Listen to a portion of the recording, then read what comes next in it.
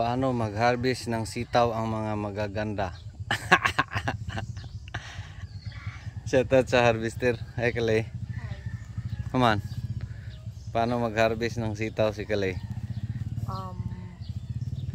Stress. How about Ate Isa? Paano mag-harvest, ate? Sige, demo mo. Sampo. Buo ba ni? It's either nga. Yan, tuyok na lang na. Tuyok na. Ikot mo. Dili man ni pa sa. Pwede na na. Dili man na para hinog. Ang hinog nga dili tandad doon kani man na ani. Gibili na ko nga para hinog oh. Tapos dito si Ate Aya. Paano mag-harvest Ate Aya? Come on. Ano mag-harvest? Parang umiiyak si Aya guys. Sige, iyakan mo.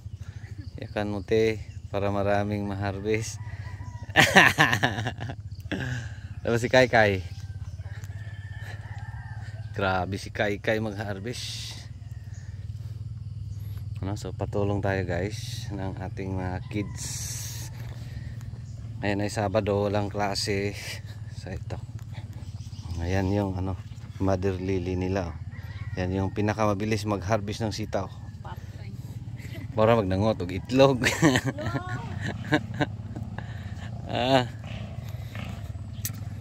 So harvest tayo today. Thank you Lord. Ang 7 harvest. So last harvest 451 kilos. Thanks God. Kahit mura at least meron. No? Ayan si Kalay. Si Kalay is grade 5. Grade 5 pa yan si Kalay. Ilang edad mo Kalay? 10? That's 10.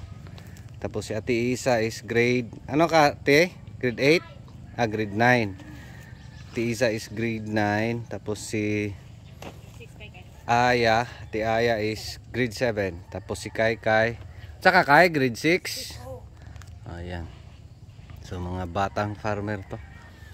So again, patulong tayo kasi Sabado. So at least may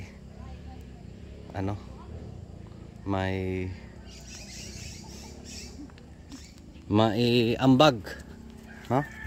So again, harvest tayo. Dito tayo sa baba nagsimula, paangat. Ito yung mukha,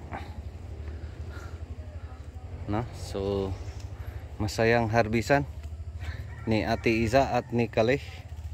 So mayroon kaming dito, dalawang bantal. Time check, wala pang alas 8, malapit na 8, no?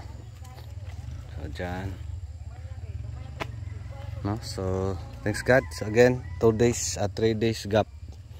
So next harvest is Tuesday. So mga maliliit na lang yung matira kasi pag hindi mahihinog, no?